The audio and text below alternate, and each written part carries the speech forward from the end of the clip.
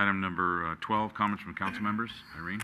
Thank you. I'd just like everyone to remember that April 22nd is Earth Day, and it also is the day that San Mateo County will no longer be distributing, or the stores in San Mateo County will no longer be distributing plastic bags. And along with that, on May 4th is Operation Clean Sweep, and if you come to the city park at 9 o'clock in the morning, we'll give you donuts and juice and coffee and send you out to go clean up part of the city. And we will give you bags, reusable bags, to take with you to the grocery store after that.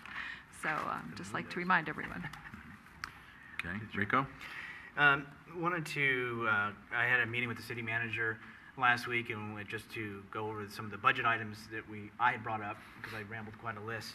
And so just to clarify, and it has been on my mind, and going forward as the budget is just about here for us to embark upon another cycle, is that over the, I'd say, last 5 years or so, systematically we have reduced services across the board in all departments.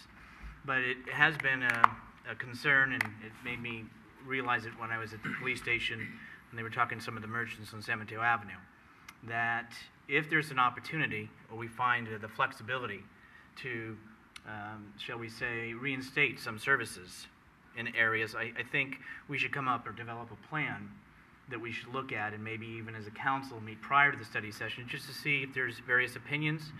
We get all on the same page. A couple of things, and I've talked to the city manager, is in police, there was a crime prevention officer that when Mark Phillips retired, due to reductions we had, position was removed. Lately, it just seems that those type of things of being out there, being proactive, having somebody in the community to connect everything, I think is important. I worry about our community services department, and we've obviously reduced staff in a lot of areas, from senior services to recreation to parks to library services, and I think we're stretching some things thin. So I think these are some areas, and I wanted to express them here so my colleagues knew that, because those weren't all expressed during the study session. And if that affords itself an opportunity, I'd like to see us maybe look at that or come up with a plan. So if, again, there is flexibility or opportunity, that we look at those important services that this community has relied upon, expects, probably deserves, and that we get ourselves prepared for this next budget cycle. Thank you. Ken? Mr. Mayor, Bob Reichel made a comment, and he's been a great asset to this community on Relay for Life and other things in this community. And I have to say I'm very passionate also. And so I only have a couple more times I can speak about this.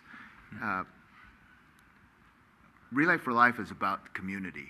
And we can talk about budgets, we can talk about rebuilding communities and things, but this community comes together because we've all been touched with cancer. And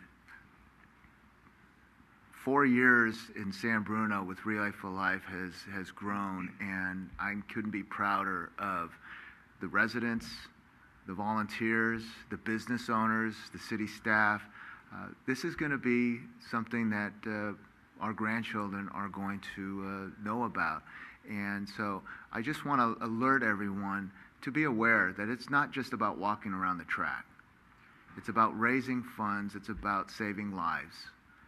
And I can talk on and on and on about this, and I just want everyone to just take a minute and just say, okay, what can I do to support the community, and support Relay for Life, because we are saving lives.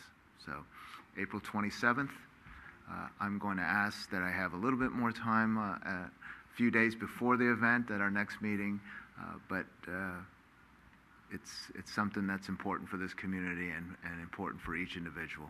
Thank you very much. Thank you. Michael, anything?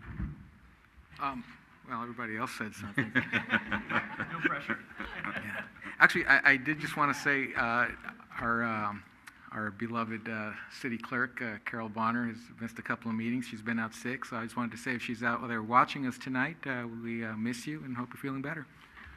And I was going to mention that we've received numerous inquiries about Carol, and she is doing much better. She should be back on the job hopefully within the next 2 to 3 weeks. And thank you, Vicki, for filling in full time. I know it's a lot of work, but you're doing a great job.